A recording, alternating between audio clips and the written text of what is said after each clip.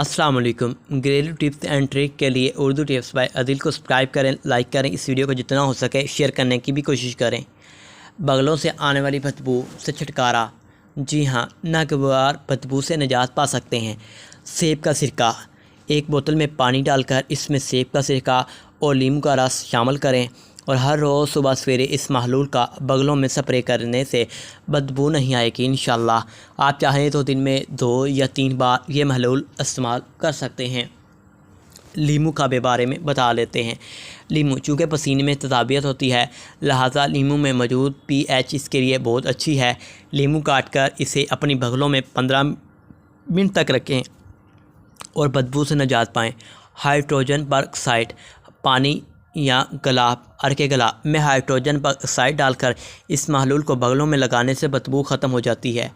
और tea tree oil, यह तेल जिल्द के लिए बहुत ज़्यादा मुफीद है। उसके इस्तेमाल से न सिर्फ जिल्द की बीमारियों से इन्फेक्शन दूर होती है, बल्कि टी ट्री ऑयल को अर्के गुलाब में शामिल करें और इस महलूल का स्प्रे करें। जिस्म और बगल की बदबू ख़त्म या कम हो जाएगी। Natural soap. कोशिश करें कि कुदरती ऑयल से बने साबुन का इस्तेमाल करें। नहाते वक्त ऐसे साबुन से ना सिर्फ आपकी जल्द नरम और मुलायम रहेगी, बल्कि बू भी नहीं आएगी।